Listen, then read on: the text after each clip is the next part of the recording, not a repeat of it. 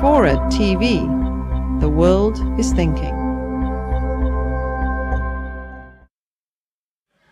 Popular culture is first and foremost a mechanism of exclusion. That's its primary purpose, to draw a line on the other side of which lies everybody who does not know what is hip, happening and hot, and on this side of which lies nobody at all, because nobody can possibly know, have and be consuming everything you need to know, have and consume in order to be hip, happening and hot at all. The function of culture is to create a need that can never be satisfied and then acts as a mechanism for entrapping and enslaving a new set of consumers, because popular culture isn't culture at all, it's commerce. And what all those station executives and cocaine-sniffing programmers and marketing psychologists are churning through all that money for is to turn you into their slaves by creating in you a sense of your own hopeless inadequacy, utter stupidity and complete sexual incompetence.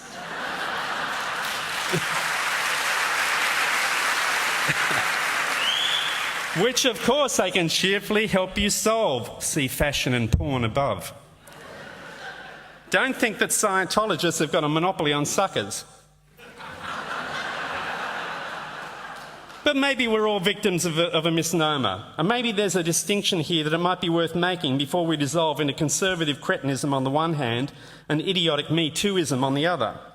And the distinction I would like to make is between the kinds of things you hear, see and read tumbling out of what is often called the media and what I understand to be genuine popular culture, by which I mean those artefacts and practices arising from the life of a community in the process of its self-organisation.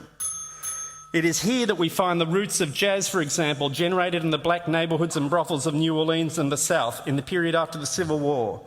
And it is here again in the ghettos of the North that hip-hop and rap first took shape among the disaffected youths betrayed by racism and oppression.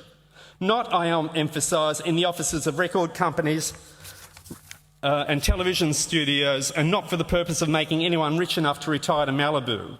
This popular culture is vibrant, rich, dynamic, aggressive, subversive, angry, tender and real. And it is also in constant conflict with the purveyors of that other popular culture we on the government have been decrying through our speeches this evening, for whom the real is merely the feedstock of the machine that will grind it up, refine it, repackage it and sell it back to an even wider audience, anxious for the authenticity even a fake version of the real can offer, because we have been so effectively robbed of the real ourselves.